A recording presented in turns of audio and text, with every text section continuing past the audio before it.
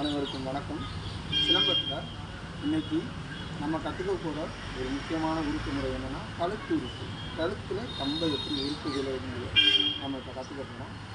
இதுக்காக நம்மளோட சிலம்ப கம்பை நம்ம 60-40 அதே மெத்தடில் நம்மளோட இடது புறத்தில் கம்போட ஒரு 40% இருக்கிற மாதிரியும் வலது பக்கத்தில் ஒரு 60% இருக்கிற மாதிரியும் நம்மளோட பின்னங்கழுத்து பகுதியில் கம்பை பிடிச்சிருக்கு. இந்த நிலையிலிருந்து நம்மளோட வலது கையை பயன்படுத்தி இந்த கம்பை ஒரு சின்ன சுற்று அழுத்தம் கொடுத்து நம்ம கழுத்தை நோக்கி சுத்த விட்டு இந்த கம்பி இந்த நிலையில் வரும்போது நம்மளோட இடது கையால் இந்த கம்பை கேட்ச் பண்ணுறோம். அதே 60-40 இடத்துல இந்த கம்பை நம்ம கேட்ச் பண்ணுறோம். இது வலது பக்கமாக கழுத்து உறுப்பு போடுற முறை. மற்ற முறை பார்ப்போம். இந்த பக்கம் ஒரு 40%, இந்த பக்கம் ஒரு 60% சுற்றி இருக்க மாதிரி நிப்பாட்டிக்கிறோம்.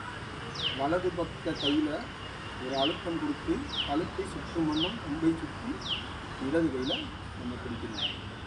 இதே முறையை பயன்படுத்தி இடது பக்கமாகவும் இதை பயிற்சி செய்யணும். வலது பக்கத்தில் ஒரு 40%, இடது பக்கத்தில் ஒரு 60% இருக்கிற மாதிரி கம்பை பிடிச்சிருக்கு.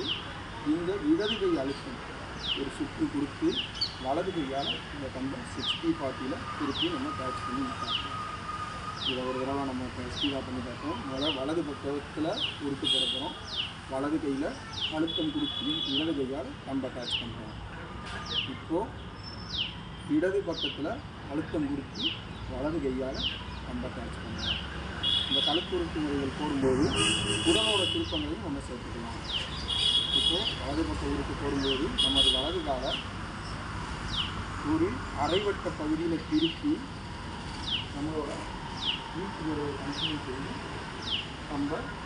நம்மளோட முதுகுப்புறமாக நிறைவேற்றலாம்.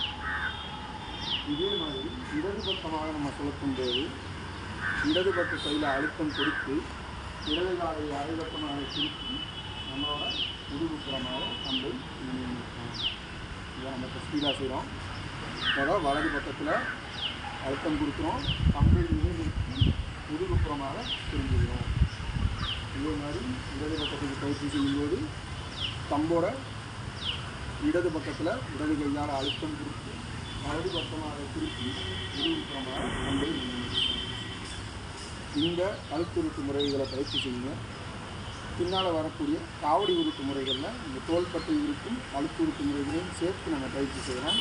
நன்றி, வணக்கம்.